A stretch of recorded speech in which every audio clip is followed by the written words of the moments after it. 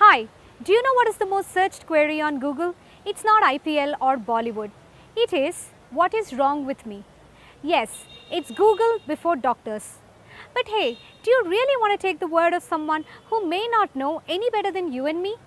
I'm Vineetha Athrey. I'm a journalist and an author, and I welcome you to Mallige Answers, where I catch up with renowned doctors from Mallige Hospital to answer questions on health and well-being. Join me.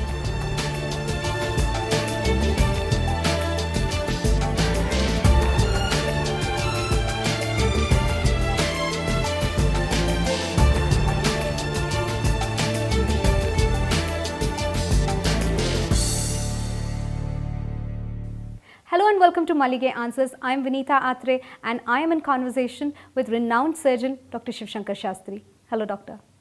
Doctor, in addition to having various myths circulating around what causes piles and what doesn't, there are also several myths around what is piles and what isn't. So everybody seems to have his or her own definition of what is piles. Why don't you throw some light on what is piles and more importantly, what isn't piles? Well, piles is basically a condition where small lumps form near the bottom which contain blood vessels, and if those blood vessels burst, you have bleeding outside. Very often the bleeding is without pain. And you might ask me, why does this happen? Most often piles are caused by, let me say the Kannada word for it, mukkariyodu. That means, pushing hard while passing motions. Okay. There is no word for it in English. Unfortunately, the word for it in English is odd, straining. People think straining, I've been working hard. So it's not that. So mukkariyodu, that is one cause of... Yeah, because straining can also mean general physical strain, that I'm under a lot of strain and hence. So there's a lot of misconception there. Precisely. So it's very difficult sometimes to say in English. It's about pushing with hard. So hard motions. Hard motions can cause piles. Like just one instance of hard motion, or somebody has had a series of hard motions over, let's say, a period of time. Is that going to cause... You should have become a proctologist. Typically what happens is a single hard motion can cause a crack in the skin, which is called a fissure. Okay. Now, multiple hard motions over a long period of time or pushing very hard like women have to do during childbirth can cause piles. Okay, so single hard motion, you can get a crack, you get pain and bleeding. Multiple over a long time, you get little lumps that bleed, that is called piles. Now, I've spoken about piles and fissure. There are two other conditions, fistula and abscess, which are a little different. Are they similar in the region that they occur? Yeah, they are similar only in the region in which they occur. The symptoms again are similar. Now, in the case of abscess, it's a collection of pus.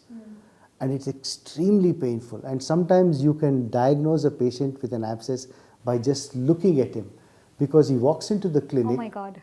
And he can't sit. He says he won't sit, and if you force him to sit, he'll be sitting on one side, leaning to one side, because one side is painful. And that is a collection of pus, and that is neither piles nor fissure, it's an abscess. Okay, so when that difficulty to sit, when that condition occurs, that is not piles? No, it's usually an abscess when it's that painful. Oh, so piles is painful but not that painful? No, piles is painless. Oh, piles right, is okay. Painless bleeding is piles. Most often, bleeding with pain is fissure. Okay. Just pain, Right. no bleeding Right. could be abscess. Sure. Oh. And none of the above could be fistula. Okay, that's how it works. Actually, fistula, what happens is they have a small hole on the side which keeps discharging pus.